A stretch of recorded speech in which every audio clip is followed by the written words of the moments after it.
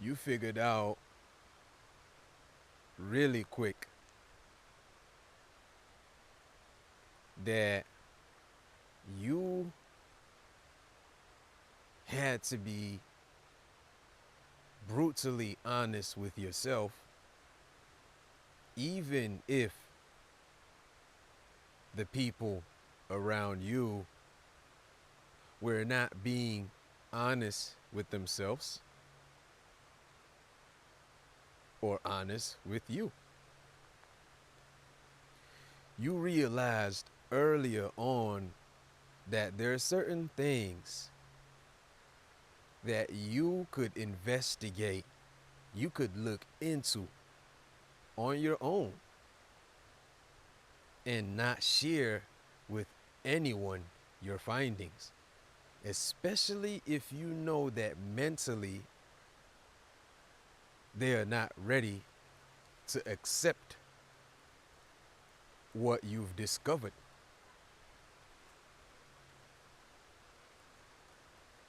You found yourself within a family structure. And before you came into that family structure, the individuals had their own mindsets. Mindsets that they were not born with, they had to inherit. Mindsets that they had to pick up on. Different factors: environmental, academic, right? Religious. I mean, the list goes on and on. But you get the point, you get the drift. Now, you finding yourself in that family and adapting, adopting, and adapting to thought processes, frequency patterns. And since it is what you get to be familiar with, you accept it as absolute. You might have been born in a Christian family. Every Sunday, they go to church. When they come back, they pray before they eat, pray before they sleep. And we're not saying that these behaviors or these patterns are good or bad. You get the drift. You might have been born in an Islamic family. You go to mosque. You pray 5 times a day, right? You dress a certain way, and that is perfectly fine. But deep within yourself,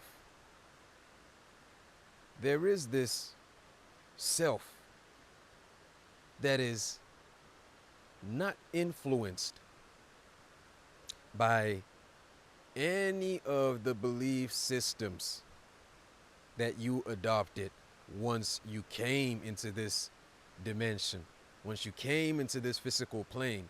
There is a self that observes and is not tainted by anything else. You probably did not really get to feel this self because it was sitting peacefully behind all the established frequency patterns within the mind, right? And you might have been very, very comfortable with whatever belief system you found yourself going along with. But something happened. Something happened. And it made you question. But when you started questioning yourself first, when you started questioning, you realized that it almost made you feel as though you're different. And you did not like the feeling because you wanted to feel as though you belong to the family that you were born into. You wanted to feel as though you belong to the church that you always go to, the mosque that you always attend, the temple that you always go to, right? Or whatever the case may be. So you pushed off the questioning. You said, nah, I believe. I'm going to hold on to my faith. But you started to see a lot of inconsistencies, hypocrisy.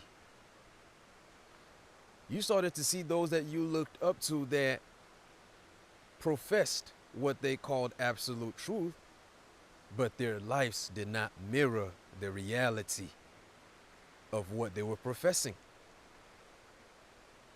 So you might have brought it up to your friends. You talked about it, but you never really felt the need to push yourself to go a little bit further into investigating the root of your belief. Because once you get to investigating the root of your belief, you will come in contact with that self that sits in you that is not tainted by anything outside of you.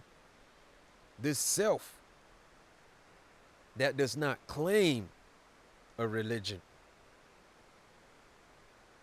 This self that sits even beyond the mind. Today, we're going to be talking about why discernment matters more than belief.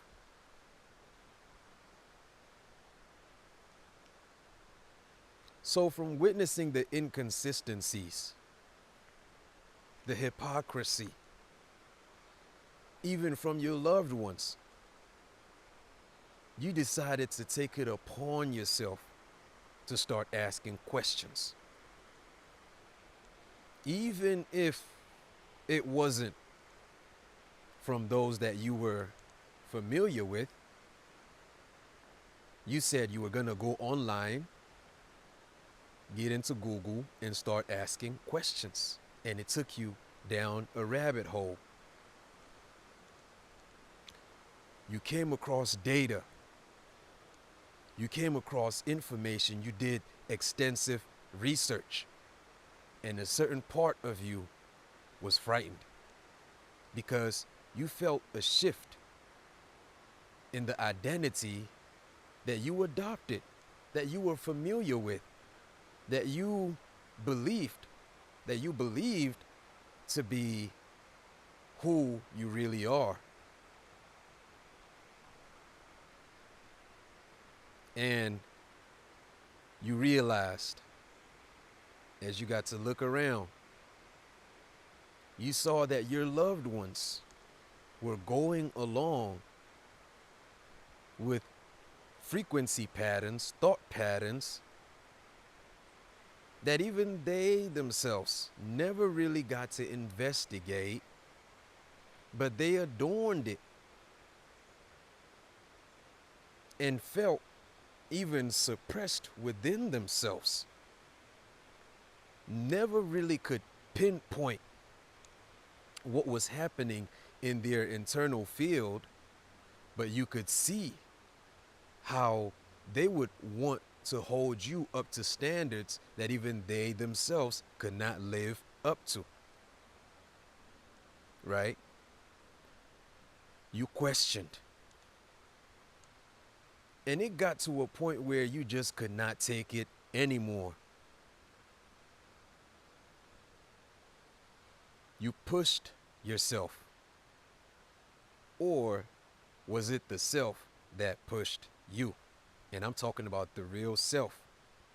Because you could only feel disgruntled within yourself for so long, within the body, right? Within your mind. And the self said,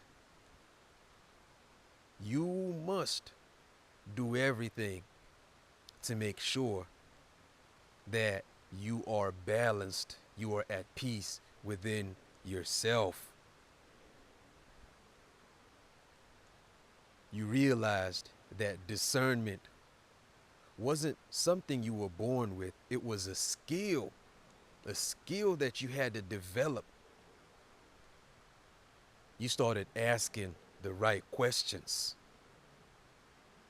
and it led you to different outlets, to different sources of information. But then eventually you got to that point where you realized that part of really being true to yourself was allowing yourself to be completely emerged in the reality of the self in you, not a book, not a building, not somebody else outside of yourself, but the real conscious element that is sustaining your physical entity. And this is when you found your peace. You no longer required validation from anyone outside of you. You were okay with people believing in what they believed in, but you also understood that not until they feel that push, that inner higher calling to investigate what they believe, they would stay within that frequency bubble, chastising themselves, condemning themselves before they even got to know who they really are, accepting an identity without investigating it, feeling oppressed mentally, blaming others for their mental states, not really seeing that they too can push themselves